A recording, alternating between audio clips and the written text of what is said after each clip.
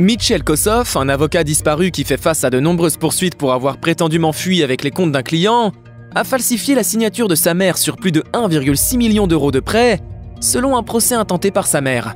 Quand ta mère veut ta peau, personne ne peut te secourir.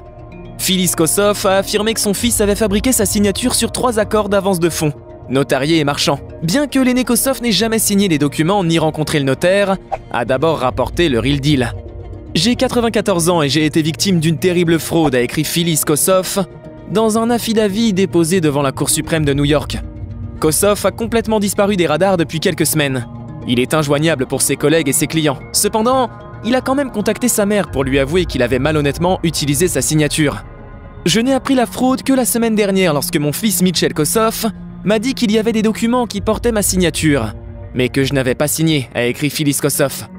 La mère de l'avocat en fuite, Mitchell Kossoff, a soumis l'affidavit pour sortir d'un avis de défaut de 3 millions d'euros déposé par Capital Stack.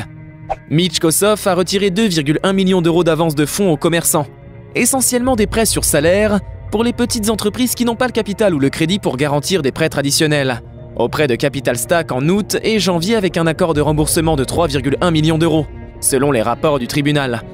Selon la justice, la mère et le fils Kossoff ont tous les deux signé les documents. Cependant, il semblerait que les règlements des prêts n'aient pas été respectés, ce qui a conduit Capital Stack à déposer une plainte contre la paire. En plus de Capital Stack, Kossoff a été frappé par des poursuites intentées par le marchand d'art Heiner Friedrich, SSM Realty, et 537 Associates pour près de 1,6 million d'euros de fonds manquants. Il a aussi 2 autres plaintes contre lui de 2 autres sociétés d'avance de fonds marchands, déposées après avoir manqué à un total de prêts d'une valeur de près de 603 000 euros.